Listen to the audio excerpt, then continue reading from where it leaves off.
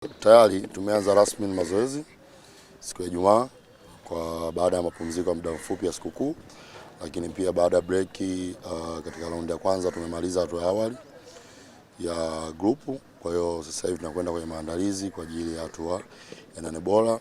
Nashukuru leo tuna siku zaidi ya 5. Tayari vijana washaanza kurudisha hali yao ya utimamu wa mwili. Ni pia hata leo tumeendelea na session kuangalia namna gani tunaweza kwenda kucheza katika hatua inayofuata. Tunajua hatua ambayo tunafuata ni hatua ngumu tofauti na ile hatua ya awali, lakini kikubwa tumejipanga vizuri. Bahati nzuri tunao pia vijana wa under 17 ambao tayari wenyewe nao wana train moja kwa moja na timu under 20, kwa sababu tunao wachezaji zaidi ya 5 ambao wenyewe wamejiunga na timu ya taifa ya Tanzania ya under 20 kwa ajili ya mashindano ya kufuzu kwa ajili ya kombe la dunia.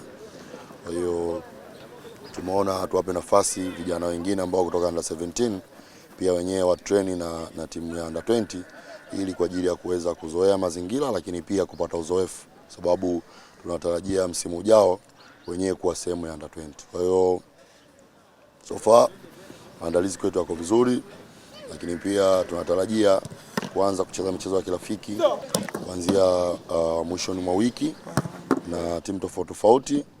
Kwa hiyo ikiwa tayari tutasema tunacheza na nani, lakini kwa timu iko vizuri, vijana wote wapo, lakini wana hali ya kupambana kuhakikisha tunakwenda kufanya vizuri.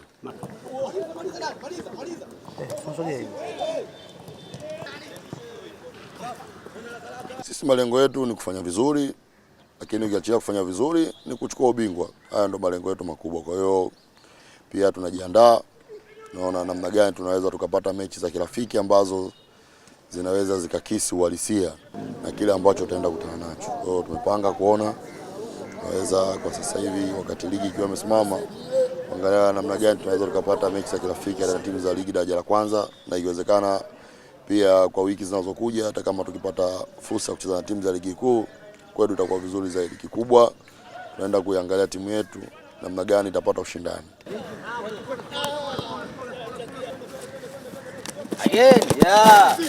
Ni yani iko tofauti. I hope kwa stage inayofuata itakuwa ina ushindani zaidi. Hii ilikuwa na ushindani na baadhi ya michezo zilikuwa timu zinaonyesha ushindani, lakini kwa timu ambazo zimequalify pia nimepata bahati kuzifuatilia zote 4 ambazo hazipo katika kundi letu. Nimeona ni timu ambazo zina ushindani tofauti. Kwa hiyo tunatarajia kukutana na ushindani. Kwa hiyo hata na sisi tutajiandaa kutokana na aina ya timu ambazo tumeziona, lakini pia hata kama timu ulikuwa unaiona inaonekana iko dhaifu, lakini kuelekea katika hatua Super 8 normally zenyewe zinakuwa na ushindani. Kwa hiyo kwetu sisi uzuri tunao wachezaji ambao wana uzoefu kucheza haya mashindano. Viazi mimi mwenyewe najua namna gani haya mashindano yanavyochezwa, nimefuatilia kwa karibu. Bahati nzuri hata mwaka jana nilikuwa tu sehemu pia ya kushiriki. So kwa hiyo tunajua tutakwenda kukabiliana na timu za aina gani.